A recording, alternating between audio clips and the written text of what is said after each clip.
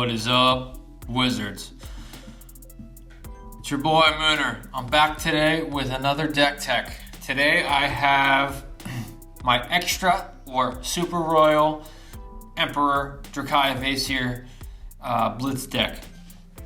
Now, I wanted to bring you guys this list for a little while. I have been fine-tuning it and testing it, and it works really well. It hums like a machine, and it's ready for you guys to be the judge of that. Just in time for skirmish season that is coming up super soon at the end of this month. Starting, I think Emperor is in a really, really good spot. He only has one really bad matchup, and that matchup is Kano. And other than that, I think he's really well positioned in the meta right now. And I've even built this deck to be a little bit more forgiving of the Kano matchup. It's not great, but it's definitely not an auto loss if you play it correctly. Anyways, this is a hyper aggressive list, and it is all based around one card, and that is Crown of Dominion. But we'll get into that in a minute. For those of you who might not know about Emperor, Emperor is a Blitz-only hero. He is Royal, Draconic, Warrior, Wizard, Young Hero. He has 4 intellect and 15 health, and his hero ability says you may only have red cards in your deck, and action pay 3 resources, search your deck for a command and conquer, attack with it, then shuffle. We are going to abuse that hero ability a little bit in this deck, but it is not the primary focus of it. The primary focus of this deck is playing Crown of Dominion and being extra royal. Now, why would we want to play Crown of Dominion when we are really royal? It is because we want access to this gold token right here. Now, like I said, this is a hyper aggressive deck, so our main headpiece is Crown of Dominion, but we do run a couple other pieces of equipment on our head, and one of those being Arcane Skullcap.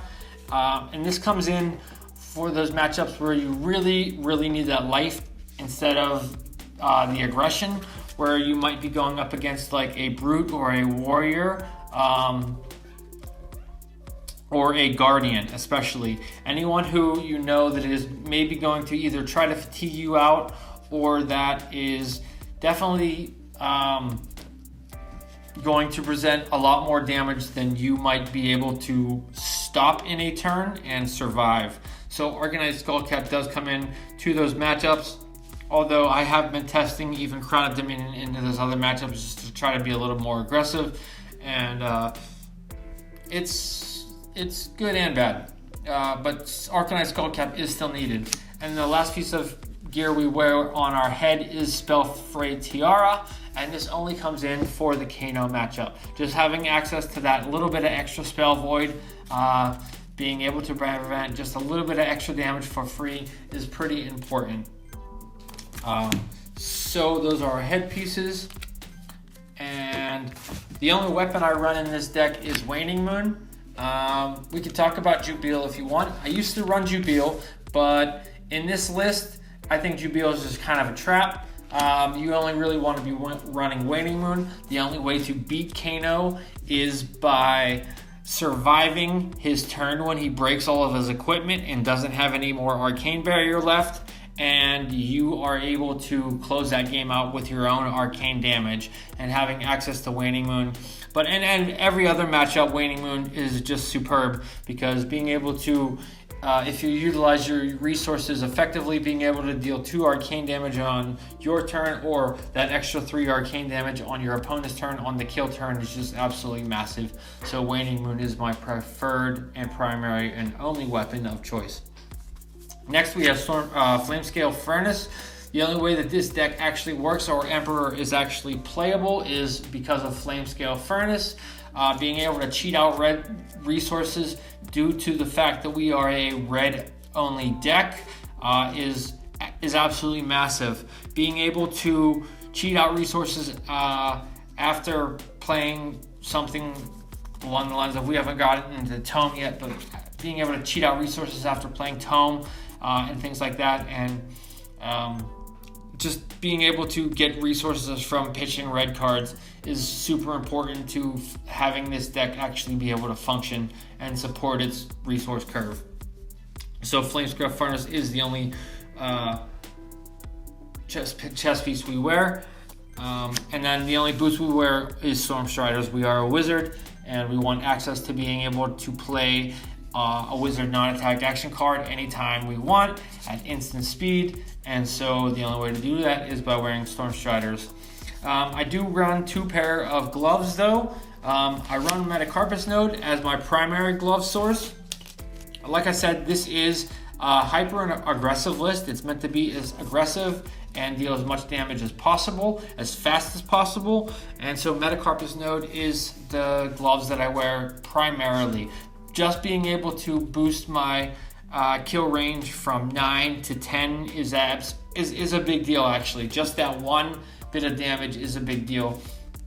And there is even a way to play 2 spells on a kill turn, and I'll get into that in a minute. So just being able to boost each of those spells up by 1 and take your kill range up to 11 or 12 is really huge. So the other piece of equipment I run is Brave Forward Bracers, because we are a warrior and we start at 15 health. Having access to 3 additional health through Brave Forward Bracers is actually pretty important in some matchups when you need to really protect your life total. Because we only run Waning Moon, the text on this is absolutely irrelevant. It's just the block that we're looking for, the two block with Battle Worn, the 3 extra life. Due to the fact that this is a pretty high-end deck with a lot of legendary equipment and legendary pieces and high-end cards in it, this is not really a budget list. And as far as I'm concerned, there aren't any Emperor budget lists out there. Some that don't run like Command and Conquer or anything like that, but this does have a lot of high-end cards in it. So this is, if you're looking for something a little more budget friendly, it probably isn't the list for you, especially because we are running 2 copies of Tome of the Imperial Flame, and that is why we want this gold piece, and that is why we want this Crown of Dominion right here, is because of that interaction. Being able to play Crown of Dominion, cheat out some extra resources with your Flamescale Furnace, buy another card with your gold, and just continue the pain train is really massive and can lead to some absolutely like mind-numbingly long and busted combat chains and some just tricky, crazy shenanigans. We'll call them shenanigans. Due to the fact that we are running Tome of Imperial Flame and trying to be a little bit more aggressive and use those resources as efficiently as possible and get our chains as long as possible. If you are familiar with some of my other and older Emperor deck techs, I have cut down the arcane spells, the arcane damage spells down just by a little bit. I've cut them down from like 15 and 16 to 12. And that's because I found that if you are cheating all these resources out and you're trying to get these massive chains, you really want to rely on go again attacks, and you want to end the chain with a big arcane damage spell. So let's just get into the rest of the deck. I have it broken up into 3 different sections. I have it broken up into arcane damage, I have it broken up into your defensive package, and then I have it broken up into your attack action package. So let's go over the Arcane Package first. I'm running 1 copy of Reverberate. So a lot of the time, actually most of the time, when people are facing off on Emperor, they are settling on AB2. So having 1 copy of Reverberate in the deck is really good, but there are those matchups where you are running into AB3, like primarily the Rune Blades and some of the Guardians and things like that want to run AB3. So Reverberate doesn't always hit, but when it does, it's absolutely great to have like a copy of Prognosticate. or 2 copies of Sap in the deck, as well as 2 copies of Aether Quickening. Because if you are running AB2, or your opponent is running AB2 and you hit them with a Reverberate, that means that you can follow up the attack with any of these other 5 spells that are in the deck if you happen to draw them in the same hand. Prognosticate, Sap, and 2 copies of Red Aether Quickening. The only reason I don't run 2 copies of Reverberate is because of those AB3. The chances of running into AB3 matchups, Reverberate is kind of a feels bad. But if you run into those AB2 matchups, Reverberate feels really good. Being able to, leak over 1 arcane damage and then be able to play a Sap, a Prognosticate, or a Red Aether Quickening. It's just really impactful and really strong. And then we follow it up with our last 6 arcane spells, which is 2 copies of Red Voltic Bolt, just a 2 for 5. 2 copies of Swell Tidings, which is just Voltic Bolt number 3 and 4, just a 2 for 5. And then finally our 2 copies of Red Emeritus Scalding, just the highest damage red arcane spell in the game. If you play it on your opponent's turn, it is dealing 6 damage instead of 5. You generally don't want to be playing this on your turn. What you want to do is you want to be arsenaling Emeritus Scalding and saving it for the kill turn, when you can boost it up with your Metacarpus node and have it come in for 7, and then follow that up with Waning Moon and deal a massive 11 damage.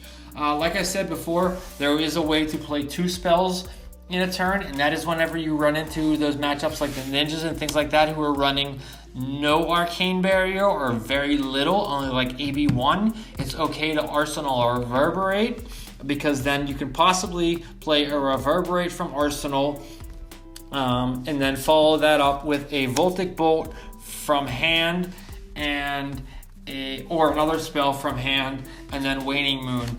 And if you are able to manipulate your Flamescale Furnace and Metacarpus node at least one of these, this is coming in for 3, this is coming in for 6, and then Waning Moon is going to come in for another 3, so that's going to come in for 11 damage, if you manipulate your Flamescale Furnace adequately, you can even Metacarpus node Reverberate, so you can get 12 damage out of that interaction. It is possible.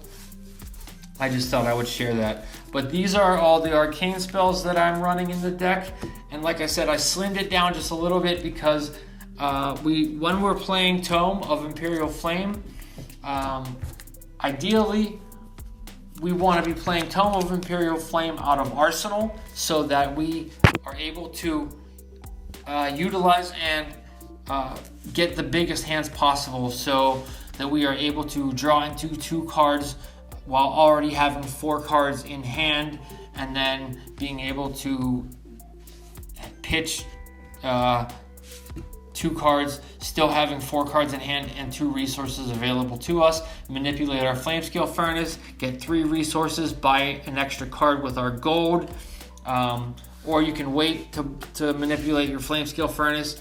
But let's talk about the attacks and why I boosted them up a little bit. First of all, before we talk about the attacks, we're going to talk about I run 2 copies of Nimbalism. Nimbalism synergizes with just about every single card, every single attack, I should say, in this deck, except for Command and Conquer. Just a 0 for 3, and it turns on a lot of your things, like Flamecall Awakening. I run 2 copies of Flamecall Awakening. If you are able to draw a Flamecall Awakening off of a Tome of Imperial Flame and then play a Flamecall Awakening and fish out a Phoenix Flame, that means you get to pitch that Phoenix Flame into Flamescale Furnace and just gain yourself an absolute massive amount of resources, having played a red card, Tome of Imperial Flame or something. And it also synergizes with Nimbalism really well. My cats are just being hyper annoying right now. Then the other go again cards that we run are Scar for a Scar, starting at a lower life. It means Scar for a Scar is almost always online. Then we're running 2 copies of Ravenous Rabble, just a 0 for 4 with Go Again, always non-unconditional or non-conditional, just a 0-4 with Go Again. Then we got 2 copies of Blaze Headlong. Can get turned on by either Nimblism or playing a Tome of Imperial Flame or a Ravenous Rabble or any other red card in the deck with Go Again beforehand. Blaze Headlong is extremely easy to just be a 0-4 with Go Again almost always. Then we run some of the cards that take advantage of the resource gain that we get. And that is, I run 2 copies of Mischief Meeps. This is just a 1 for 2. Unfortunately, it only blocks for 2, but it has a really strong on hit and synergizes really well with like Tome of Imperial Flame and Nimblism and things like that. When this hits a hero, gain control of an item with cost 2 or less that they control, otherwise draw a card. It's really good into the dash matchup, being able to steal some of her items or draw extra cards. It's pretty much just a must block, and it's a way to use resources. It's a really good card. I highly recommend running Mischievous Meeps. Then we're running Give and Take. Also, this one blocks for 3, but this is also a 1 for 3 with Go Again. That natural Go Again that also has a really great on hit. Basically, this is a card that helps you battle fatigue, because either your opponent is letting this hit and you're getting 3 free damage out, or you are putting something like a Tome of Imperial Flame or another red arcane damage spell back on top of your deck, and just it's a good way to help manage fatigue a little bit and be able to just keep your nuttiness alive. Then I run 2 copies of Life for Life. I wouldn't play Emperor without Life for Life. It's actually one of my favorite cards. It's a 1 for 4 with conditional Go Again, that if you are at a lower life total, which generally you always are, it has Go Again, and if it hits, you gain a life. So it's kind of like a 1 for 5 with conditional Go Again, which is very, very easy to get that conditional Go Again. So just these are just ways to use up those resources that we gain from our Tome of Imperial Flame and Gold and Flamescale Furnace Manipulation.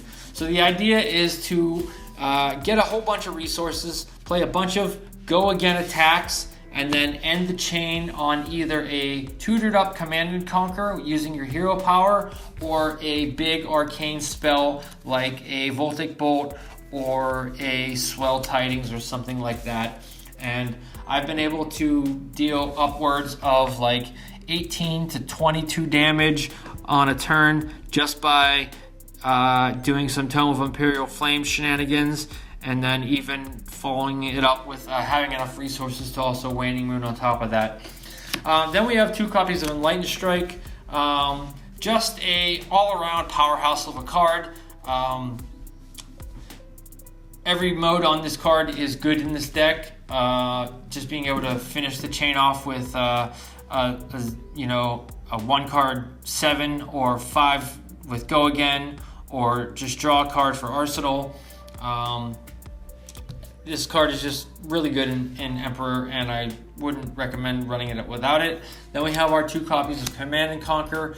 Generally, these are either blocked with or pitched and tried to keep into the deck so that we can use them with at the end of a chain when we garner up a whole bunch of resources off of Tome plays and finish off the chain with the Command and Conquer like that. Then we have 2 copies of Snatch. It wouldn't be a red line aggressive deck without Snatch in it. And then I am running 1 copy of Censor. This is a 1 for 5. It does not have Go Again, but it has a really, really powerful on hit, and I actually really like this card a lot. When this hits a hero, name a card. They can't play named card until end of their next turn.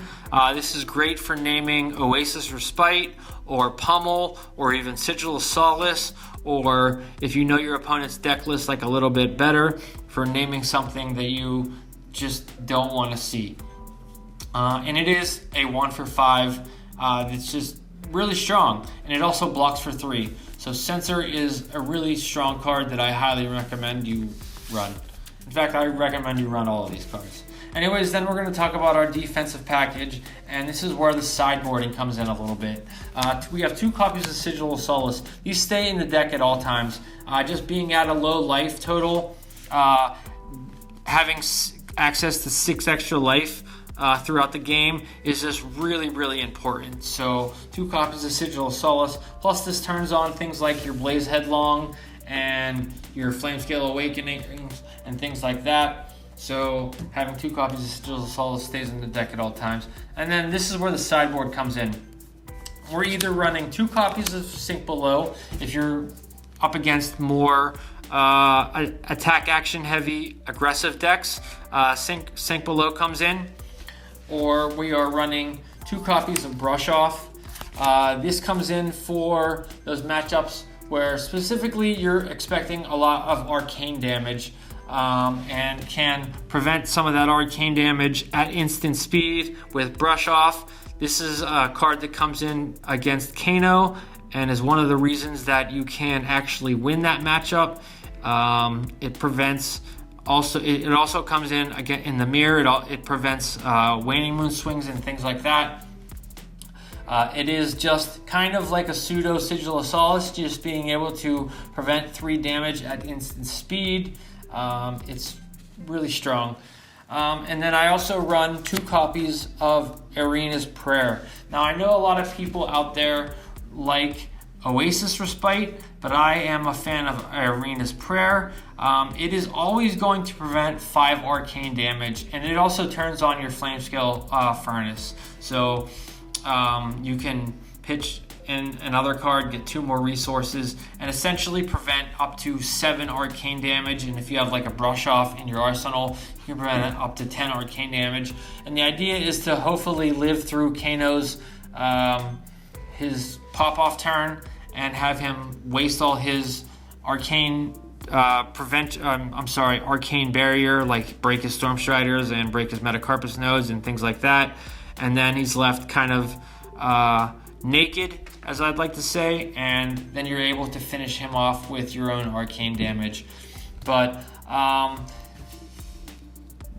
because this only comes in against Kano, I think it's better than Oasis Respite because you're not guaranteed to gain that extra life, and you are guaranteed to prevent an extra arcane damage. So this is always going to prevent you 5 arcane damage, where Oasis Respite is only going to prevent 4 and possibly gain you a life. So I just like the math on Arena's Prayer just checks out a little better in this deck. And like I said, it turns on your Flamescale Furnace so that you can pitch into it and get 2 extra points of arcane prevention, and then hopefully live through Kano's pop-off turn. But that's the deck, guys. I will leave a copy of the deck list on February in the description of this video. I hope you guys go out and play it. I've been playing this deck a lot at my locals and having some amazing success with it. I've been having some amazing success with it online as well. I think it is an extremely strong, powerful, and really, really fast deck. It's meant to be a super fast and very aggressive list that utilizes and attacks from both the arcane and physical duality, and I think it's really strong. So let me know what you think. Let me know if you'd like to make any changes to it or how it plays out for you in the comments. Just, let me know how it works out for you guys. All right, peace out, Wizards. And thank you guys so much for all the support. Later.